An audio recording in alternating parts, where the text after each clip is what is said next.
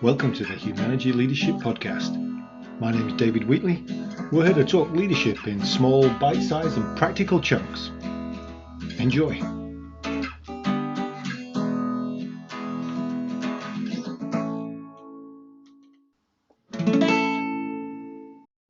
So here's an episode from our first Friday work sessions, and it's my colleague Lance Satterthwaite who's talking about the power of being calibrated. And if you've not come across the first Friday work sessions yet, go to humanergy.com where you can sign up and join us any first Friday of the month at noon Eastern time for a leadership conversation. Here's Lance. Happy Friday, y'all. It was great to have you here. And I want to talk today about getting calibrated in the power of CIMA.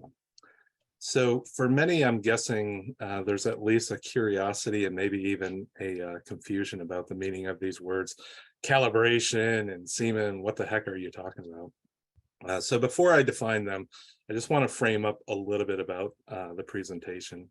So at Humanergy, we share a number of ideas and tools with clients to help them become better leaders.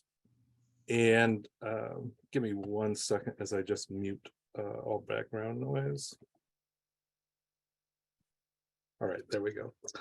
So what I can say is this topic tends to be a fan favorite for our clients. And I will tell you, for me personally, I hold this one near and dear. I frequently use it in my own life. I really do believe it helps people just not be better leaders, but honestly, better human beings. So I think it allows us to navigate some of the life's more difficult situations, even the challenging people that we have to interact with. And I really do believe it gives greater wisdom, greater confidence, greater grace. So let's jump in, and we're going to define these words. In the first place, I'm going to start is with calibration. And I know in the chat there was some definitions there that really related probably more to machinery. And I often think, so what happens when a machine is not properly calibrated? And we know things like it's less precise, less accurate. It's even less effective at what it's supposed to do. And I'll just give you the analogy of your car.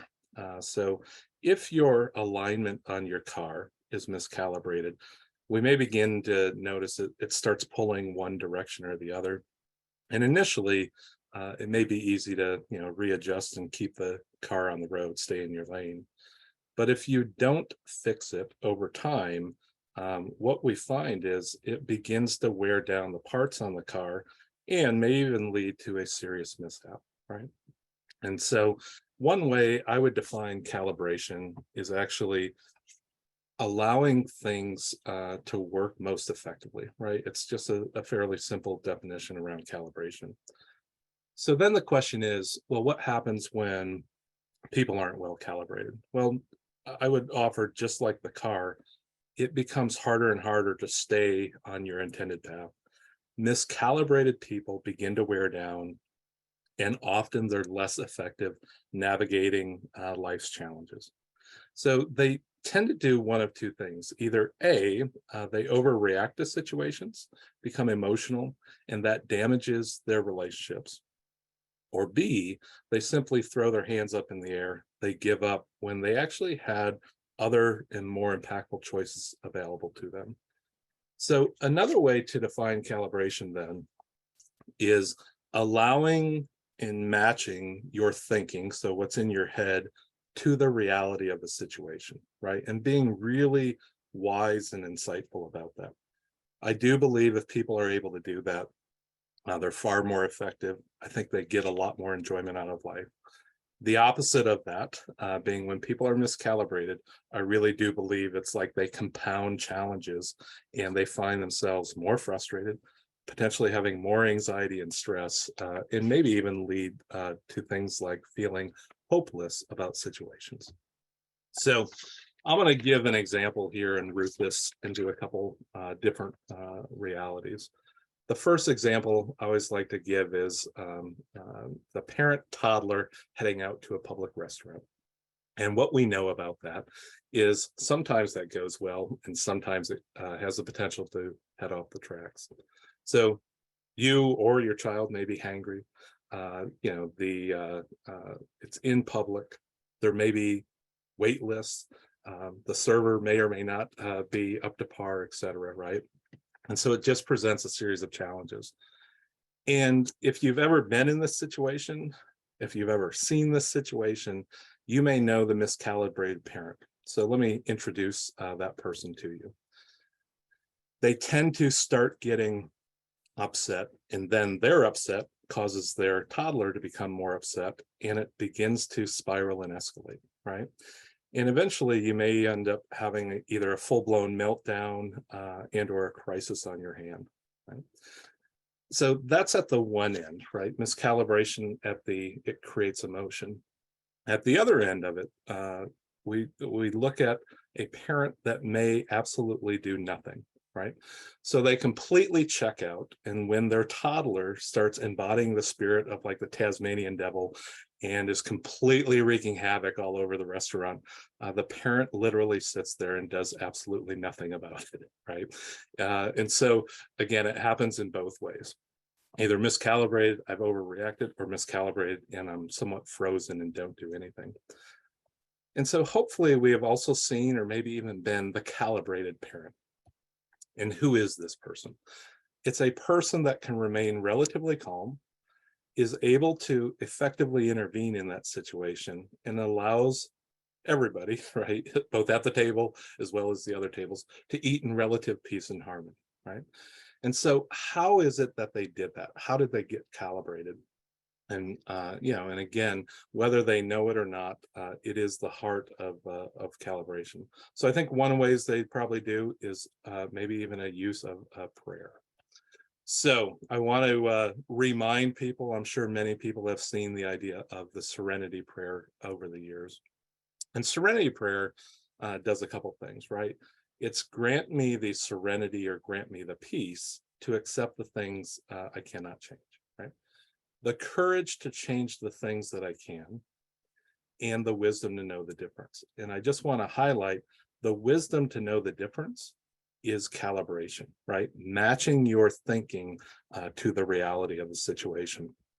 So Serenity Prayer does a good job in that it divides essentially the world into two parts. And it says either A, I control it, right? And these are the things I can do something about, or B, these are the things that I don't control and just have to accept. And that's a good first step in calibration.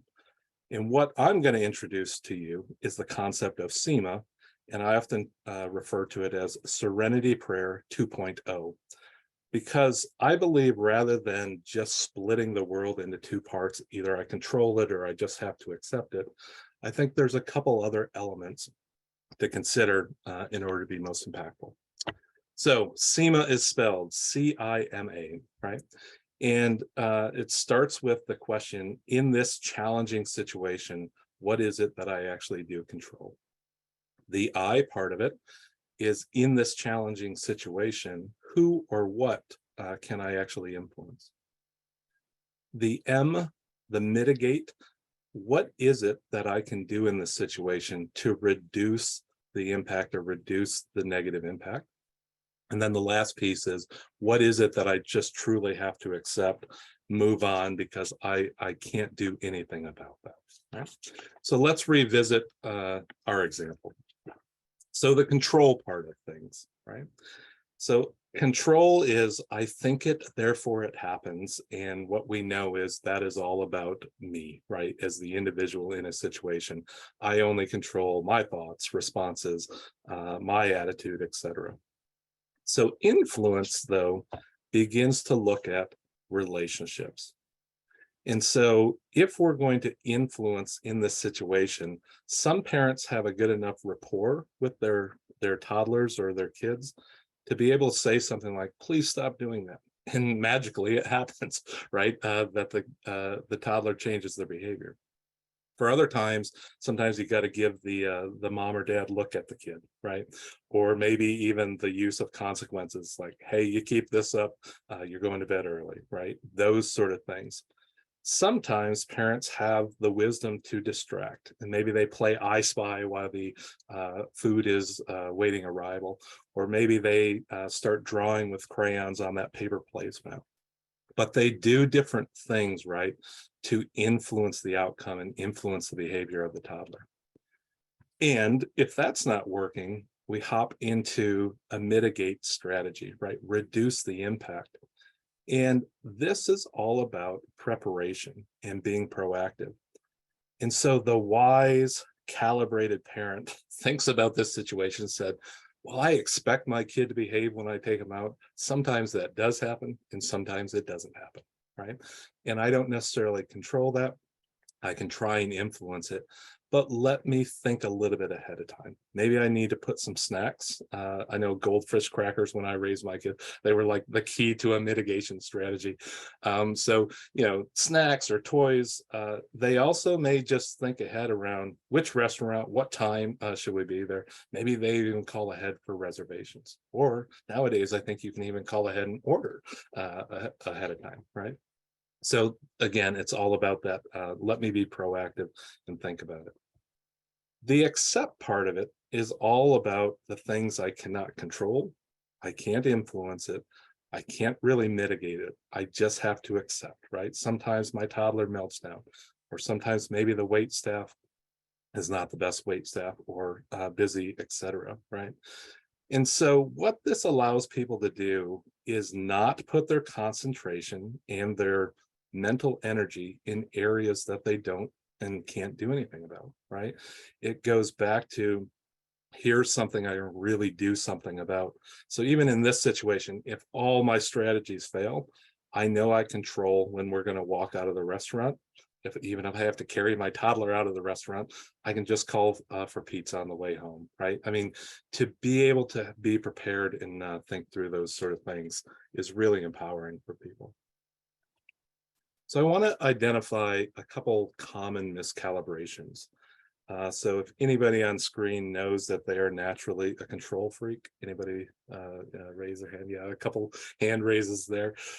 So this is a really common miscalibration, is people end up putting more into the C bucket and a lot less into the other bucket. So they think they have more control than what they do. And what life often teaches them is they really don't. And so those people find the emotional spots of anger, frustration, other heightened emotions, because they wish they could control it and they can't. And so for this person, what they do have to do is do like Elsa, let it go, right? They have to learn to actually focus on the things that they actually do control themselves, not other people, right? Just themselves. The other common miscalibration is actually a shift over to the A, or the accept bucket.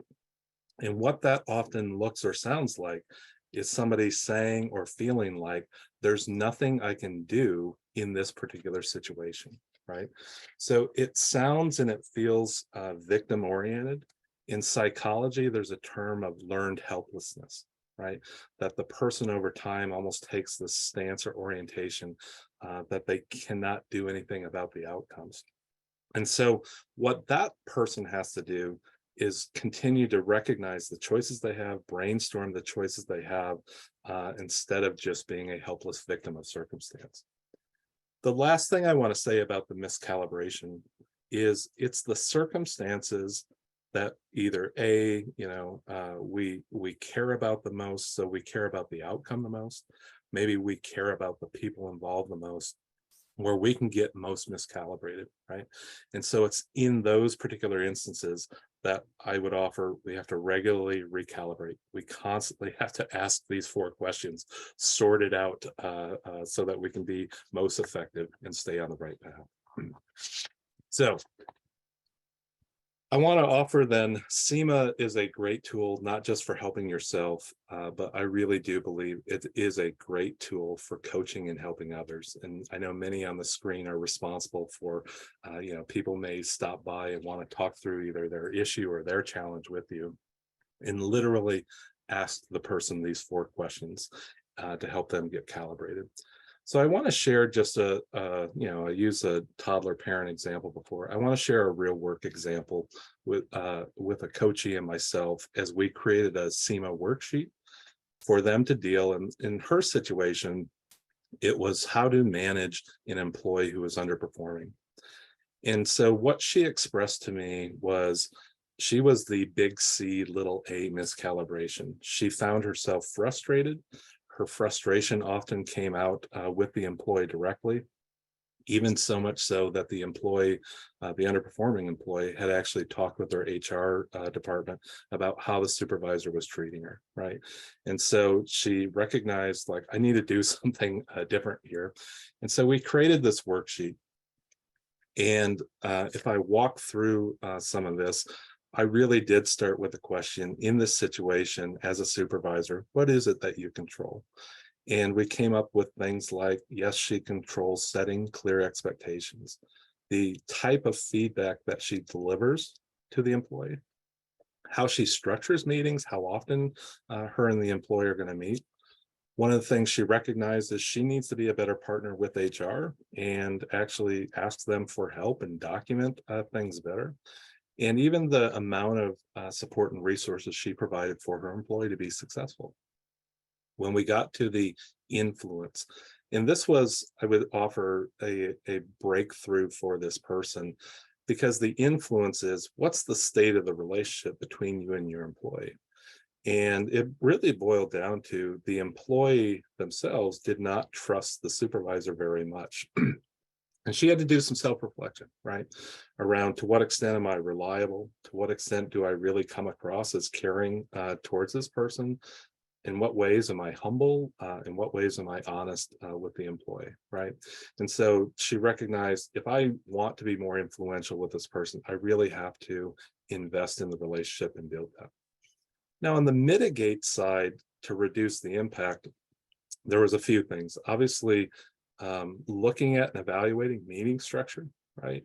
And were there clear action registers of, like, who was expected to do what and by when? So even like notching up, like, let's put some clear deadlines in place. And specific to the deadlines, her and her employee talked about some concerns around the quality of work, and actually put some, quote, false deadlines in. They agreed and said, what if, if it's due on Friday, we put a due date on Wednesday, and that gives some time to review, what's being delivered, et cetera. And so in that way, they started actually partnering on the mitigate piece. On the accept piece, and again, I would offer, this was a helpful and breakthrough thing for this person, because I think she felt like, I own my employee's success. I'm a bad manager if this person fails. And it's like, you could probably do everything in each of these columns, and your employee still may not be successful, right? And so what she had to recognize, if that's the case, the ball is back in her court, and she'll have to figure out what is the right exit ramp, and how is her and her team going to manage through being down a person if that happens, right? So what I would say in this particular situation, it significantly helped her reorient. And this is the thing, it reoriented her energies to no longer focus on the employee and why that person was frustrating. It got her really a plan to be able to move forward, right? Equipped with a clear path to be able to be more successful. In this situation, it did actually lead to a better outcome. She was far more effective to have those crucial conversations without a lot of emotion, right? She planned and was able to do that. She did feel like between her and her employee, it moved from a contentious relationship more in towards partnership. And once the employee, and this was one of her surprises, the employee actually loved the structure that she helped create, and actually helped the person be more successful in meeting expectations. So the final, thought I'm just going to share around getting calibrated in CIMA is, it may not actually always lead to the desired outcome, right? Because you don't control that desired outcome. But what it does is it provides you a better peace of mind, knowing that you're actually focused on the right things when you navigate life's challenging circumstances.